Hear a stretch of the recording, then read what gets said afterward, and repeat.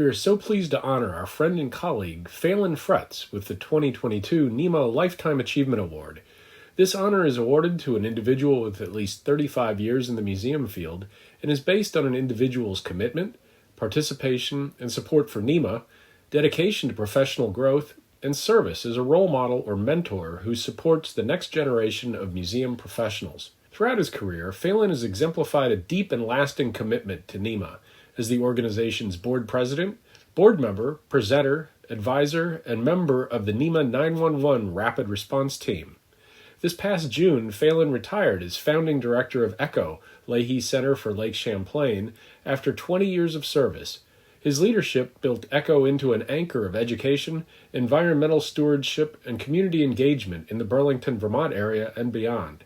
Prior to his work at ECHO, Phelan's career included leadership at the New England Aquarium, Philadelphia's Academy of Natural Sciences, and Chicago's Museum of Science and Industry. Today, Phelan facilitates the New England Museum Directors Roundtables, providing support and coaching to cultural leaders throughout the region.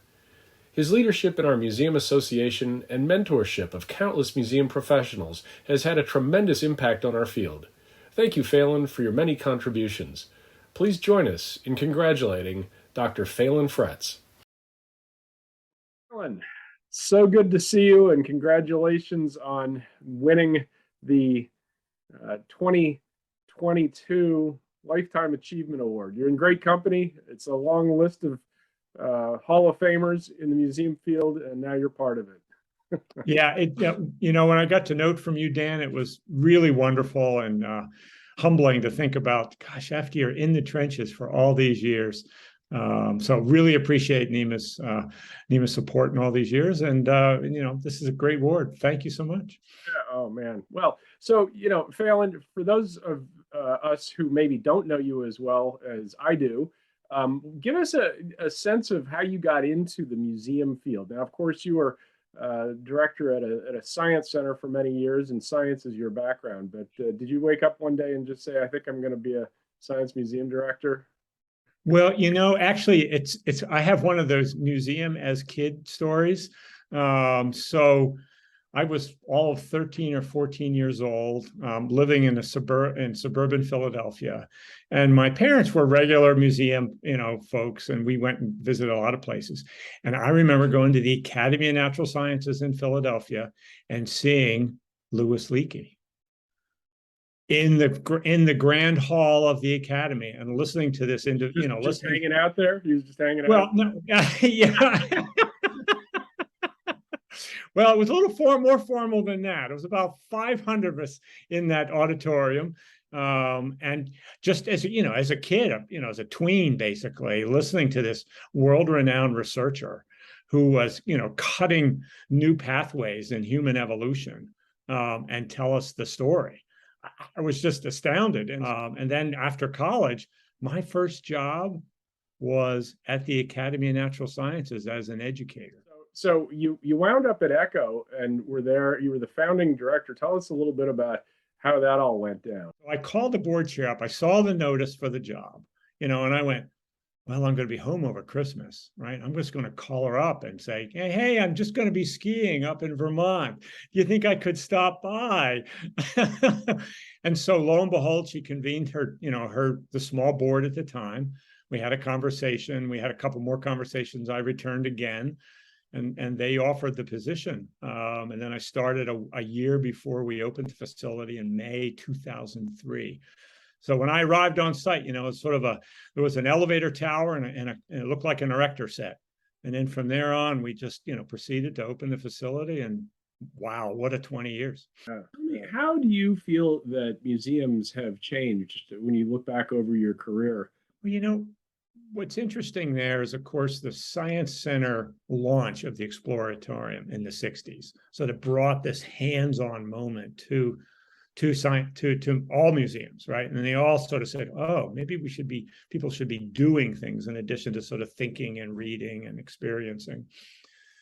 But that all came to light when literally the iPhone came out in 2007. Because all of a sudden, all that information that we work so hard to develop in museums is all in the palm of their hand. Right? So now all of a sudden, it just threw the whole, I think it threw that start with Oppenheimer and others with the Science Center community, and that revolution through from the 60s, right through to today, which is what, 60 years later now.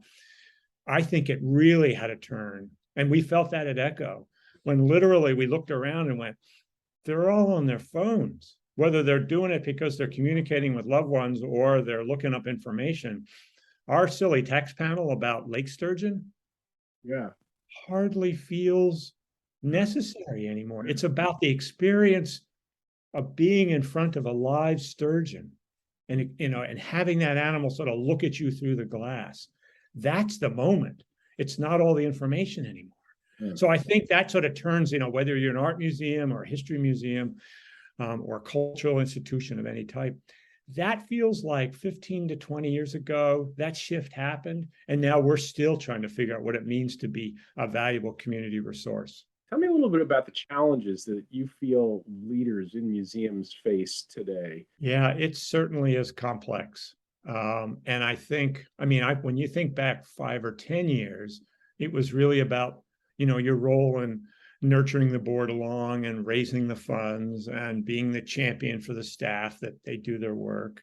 And so, in that leadership role. But I think since the social justice movement and the aftermath of the pandemic, and where we are as sort of this distant relationship through Zoom and all the other mechanisms we now have, that has completely transformed both, I think, institutions, the workplace, the people there. And so the leader of today, and this is why I'm so passionate about sort of how do we help build the leadership for tomorrow? The leadership of today, you have to be able to build your network, build your professional affiliations that are going to help you think through stuff, because there's no way in the world you can know how to do it all. Tell me a little bit about what you feel NEMA is all about and what it's contributed to your career.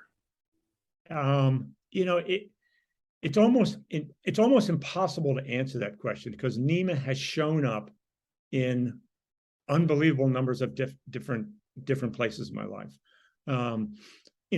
Would never miss a conference every time, because it's as much as sort of going and hanging out with good old friends as it is going to sessions and learning something so new. NEMA's played a major role in sort of building that community, getting to know folks that can be helpful whether on the other end of a phone call. But also, I found it continually to sort of push you into new spaces. Well, last question for you. What would you recommend? What advice would you give to somebody that's just starting out in the field today? Maybe even just thinking about starting out in the field. A couple of things. One is, as I think my theme here has been, build your network, be purposeful about it. Find folks that, push you, that support you, that will help you develop the skills and develop the quote unquote the resume, right? That it will allow you to, to show your skills on a piece of paper about what you can do for a museum. Phelan, on behalf of NEMA, we're so grateful for all of your service and to our organization and to the field in general. And we really certainly are very proud to have you receive the Lifetime Achievement Award this year. And we look forward to many, many interactions with you moving forward in the future. Thank you very much for all you do. Well, thank you very much. And thanks to the whole NEMA family.